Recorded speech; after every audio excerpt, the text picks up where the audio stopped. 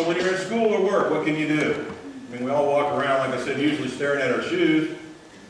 Pay attention to where the entrances and exits are in the building. Like right now, if I ask anybody, without looking, are there exits in the back of this building that we're in right now in the auditorium? Can you get out that way? Okay. Where's the closest fire alarm? Somebody knew. Those are the things you need to pay attention to. Fire alarms are a great way to attract attention, by the way, if it comes down to it. Pay attention when you're walking to and from a building. Are there trash dumpsters or air conditioning units, different bushes, things like that people can hide behind? Is the lighting set up so that you can see? If it's not, tell somebody. You know, hey, I don't feel comfortable coming out here at this time of night because you can't see behind that area. Let them know.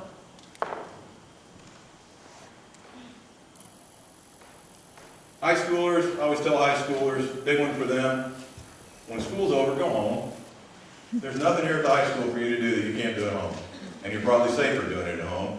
And after a certain time, most of the, at least the Shawnee Mission schools where I teach, after 15 minutes after the last bell rings, they're expected to be off campus unless they're in an organized activity. That's not to be mean, that's just so we know who's on campus and who isn't, in case something happens. There's no reason to be hanging out. College, use a buddy system when you're out walking around. Have somebody go with you. Have somebody at least know where you're going to be at. Tell your parents what your schedule is. I know they're going to be checking with me. But let them have your schedule so they know where you're at. And if you work, don't ever work alone at night. Every business should have a minimum of 2 people closing down that business at night. There's no reason for one person to be there alone. Out in the parking lot, look around. Pay attention to cars that are out there. Is somebody parked close to you? Is that car parked in there maybe just a little bit strange? Is it a big van? Does it have tinted windows? Are there people in the car? Why are they sitting there? You're at the mall. Why are people sitting there? They're supposed to go inside. There's a reason that they're out here. Now maybe like me, I don't like to shop, so my wife goes to the mall and I sleep in the truck. But I would fully expect somebody to call the police on me for being out there like that. That's what you do. Pay attention to what's going on out there. Look under your vehicle when you're going there. There have been cases, not many, but there have been cases of people that hide under the vehicle. They wait for you to come back. There have been people that look inside the vehicle and see, oh, look, they've got this package that they're obviously doing for Christmas or whatever. So they wait because that's what they want. So be aware of what people, where people are, what they're doing. Again, if you're walking to your car and there's somebody walking behind you, you don't know them, hey, how you doing? Draw attention to them. They don't want that. They don't want people to pay attention to them.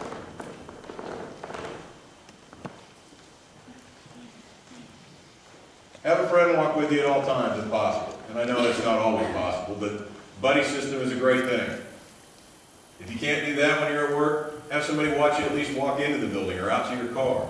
Call somebody and say, hey, I'm leaving now, I'm going to the car, I should be home in X amount of minutes. Give somebody a starting point in case something happens. Kelsey was fantastic about this. It's something that we drilled into her, all of our kids, since they were itty bitty. Kelsey would go to a friend's house, and if they were going to go down the street and get a Slurpee from the 7-Eleven, she would call, hey, we're going down to the 7-Eleven to get a Slurpee, I'll call you when I get back to so-and-so's house. That's how we knew in a very short period of time that something was wrong, that Kelsey was missing, that something had happened to her. She told me, Dad, I'm going to Target. I'm going to get this present for John. I'll be home. John's supposed to be here, and we're going to a party. She wasn't home when she was supposed to be home, and within 15 minutes, I was already starting to make phone calls to people. Have you seen her? Do you know where she is? Did she call you? That, in my belief system, that helped us tremendously.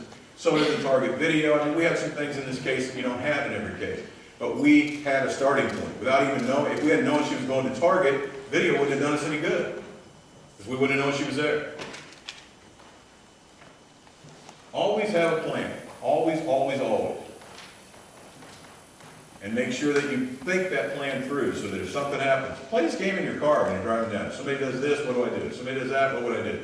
Think about it.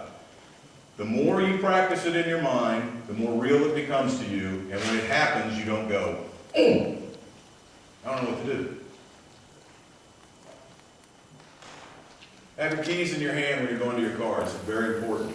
Keys are a fantastic weapon. They cut skin real easy.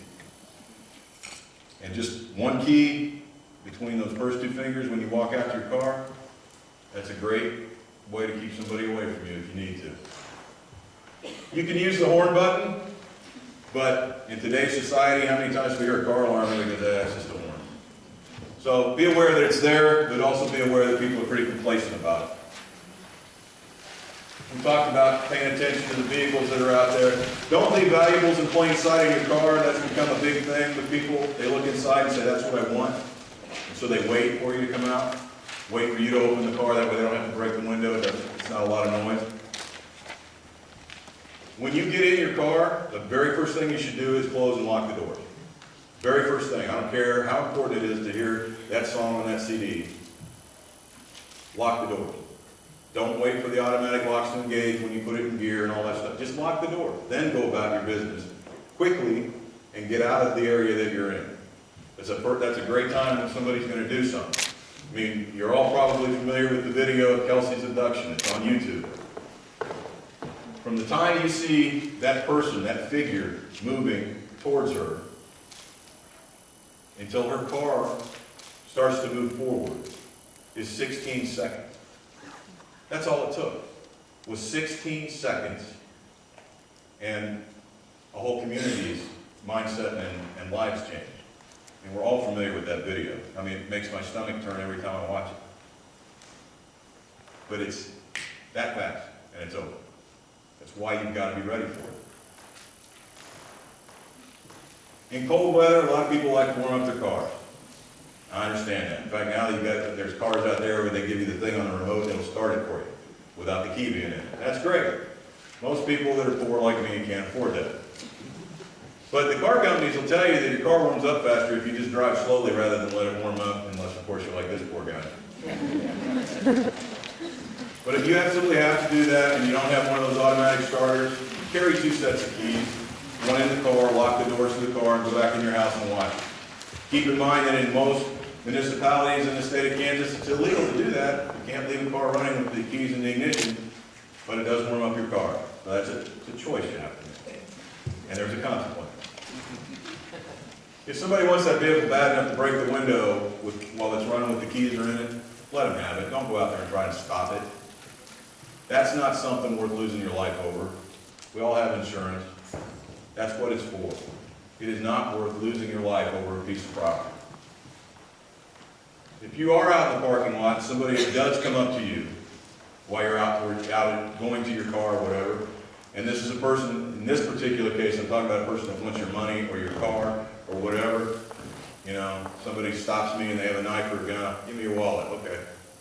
If they really want it, that's where they're going to turn. They're going to go that way, and that gives you the chance to go that way just as fast as you can. And I always get, after this, because afterwards we'll have a question and answer session, well, if you're running away and they shoot at you, what happens? Most people aren't expert shots. And I'd much rather take a bullet in the butt than whatever it is that this guy had in mind for me somewhere else. So keep that in mind. Distract them, get out of there, remember that. Noise, distraction, escape. That's what you're trying to do. Make as much noise as possible, distract that person, draw attention to yourself, and then get the hell out of there. You don't have to bring them to justice and handcuff them and throw them down and all that. Just get out of there. That's what you're supposed to do. If you're driving, road rage is the big thing we always hear about on the news now.